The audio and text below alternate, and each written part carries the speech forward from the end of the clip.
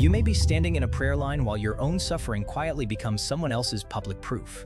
The room is watching, a response is expected, and you are afraid that if you stay still or say no, you will look like you are resisting God. Hear me, friend, when the crowd starts to matter more than your need, when someone tells you what you must be feeling, when you are no longer free to stop, prayer may be shifting from care into pressure. Look at where Scripture actually starts. James 5:14 begins with the sick person calling for the elders, and they pray over that person in the Lord's name.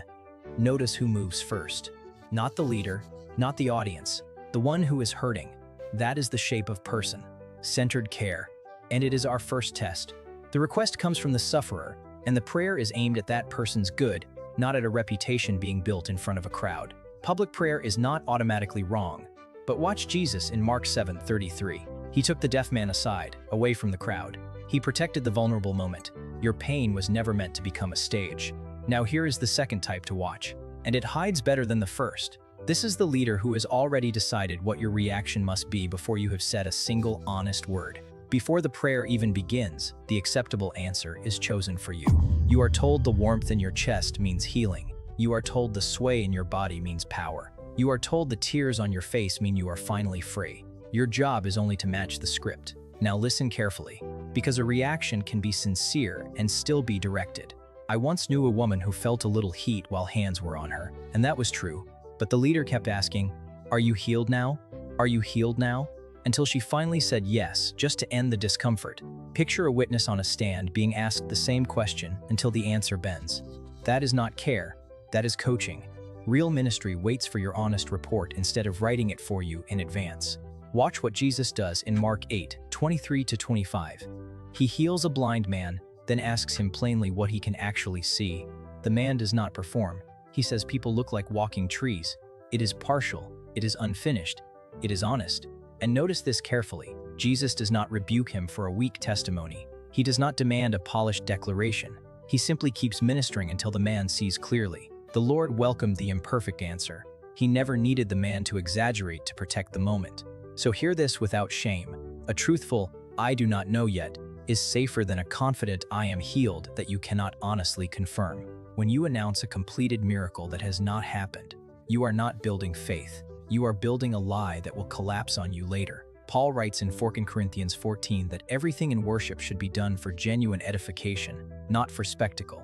Your honesty edifies. A coached testimony does not. So when a leader tells you what you feel, asks until your answer changes, or pushes you to testify while you are still unsure, you are free to stay quiet and simply tell the truth. Here is the third type to watch for.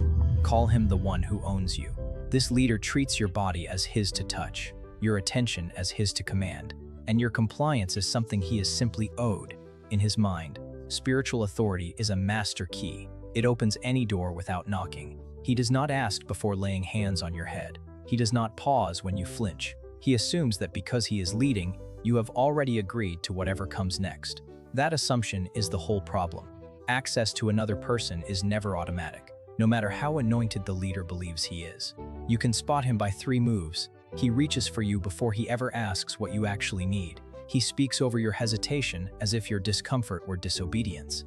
And he keeps you locked in the moment until the room is satisfied, not until you are cared for. Notice the direction of all 3. Each one takes something from you and hands nothing back.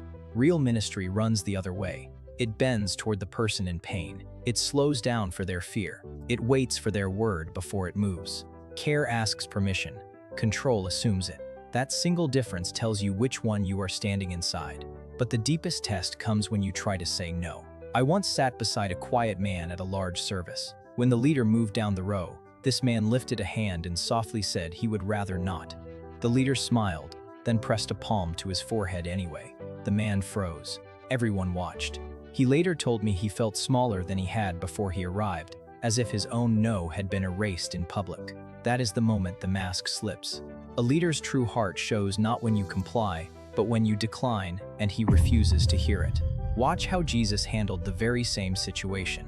In Mark 10:51, a blind man named Bartimaeus is crying out beside the road. Jesus stops, and instead of grabbing him or announcing a cure, he asks a startling question. "What do you want me to do for you?" Think about that. The Son of God, with every right to act, still lets the suffering man name his own need first. He does not assume, he does not perform, he invites the man to speak. If Jesus asked permission and honored the answer, no human leader stands above that pattern. Consent is not a modern intrusion. It is written into how Jesus healed. Scripture makes this a direct command to leaders. 1 Peter 5:2 tells shepherds to care for the flock willingly, not for shameful gain. Then verse 3 draws a hard line.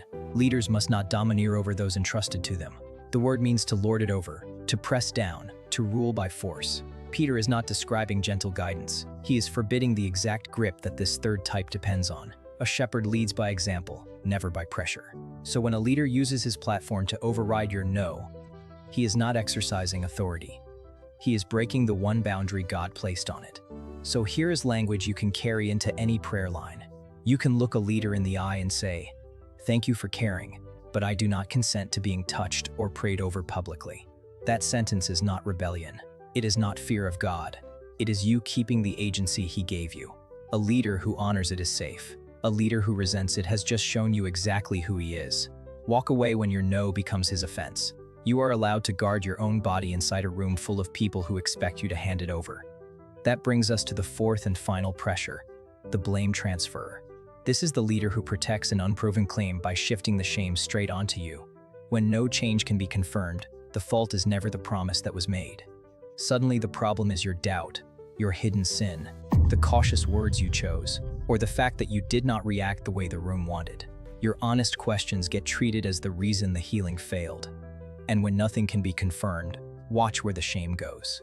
If it always lands on the wounded person, you are looking at a man guarding his image, not caring for your soul. Look at the Father in Mark 9 verse 24.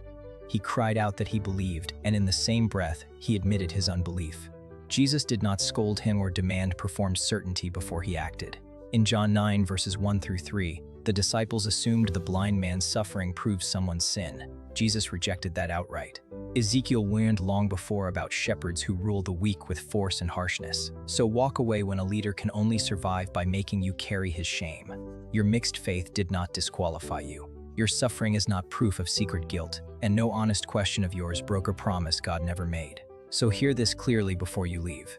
Saying no to one leader is not saying no to God. Refusing a hand you did not invite is not refusing healing. Stepping out of a public format is not stepping away from prayer. And declining a testimony you cannot yet honestly give is not turning your back on faith. These are not acts of rebellion. They are acts of discernment. Discernment is simply this: choosing the conditions where truth and care can stay intact. It means asking not only whether prayer is offered, but how and by whom, and at what cost to your honesty. Instead, seek prayer, and seek it freely. Look for the quiet room where your privacy is honored, where your report can stay truthful, and where your yes and your no both still belong to you.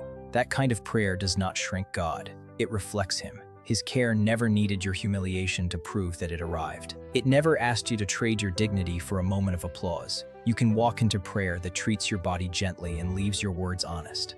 May the Lord lead you toward exactly that. Prayer that treats your suffering gently and leaves your words as true as the day you first spoke them.